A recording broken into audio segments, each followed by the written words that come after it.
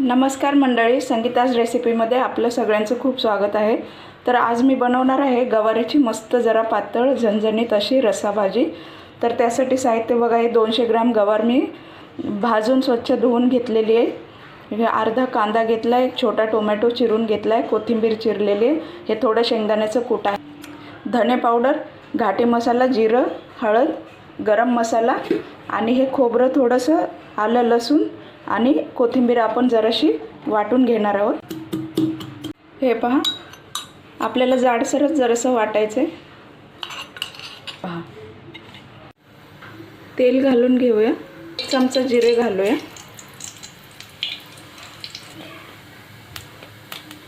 हे पहा। त्याच्यात आता आपण हे वाटलेलं खोबरं आणि आलं लसूण कोथिंबीरचं पेस्ट घालूया, त्याला छान हलवून घेऊ। खूपच खमंग बनते भाजी ही, तुम्ही नक्कीच ट्राय करा मंडळी।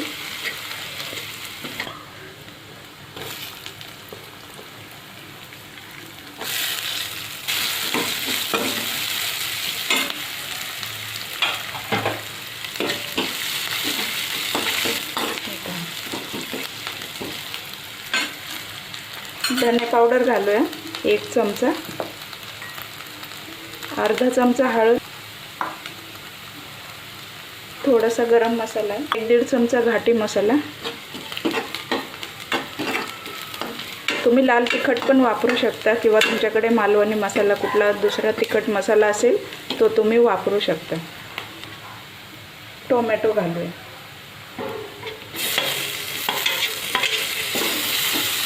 हे पहा छान आपलं मस्त फोडणी बसली। आता याच्यात आपण गवार घालूया,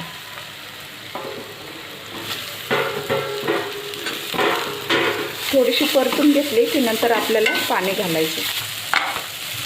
चवीपुरतं मीठ घालूया, तुम्ही तुमच्या चवीनुसार वापरा। हे पहा, मी अर्धा पाऊण चमचा मीठ घातले। पाणी घालूया, गरम पाणीच घालायचे।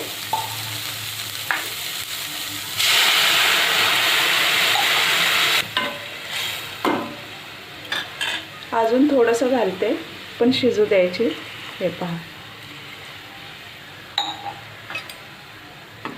अशी भाजी पातळ वाटते, पण नंतर शिजेपर्यंत ही थोडीशी थिक्क होते जरा, म्हणजे थोडंसं जाडसर याचा रस्सा होतो, कारण आपल्याला शेंगदाणे पण घालायचे थोडेसे। त्यामध्ये आपण आता शेंगदाण्याचं कूट घालूया।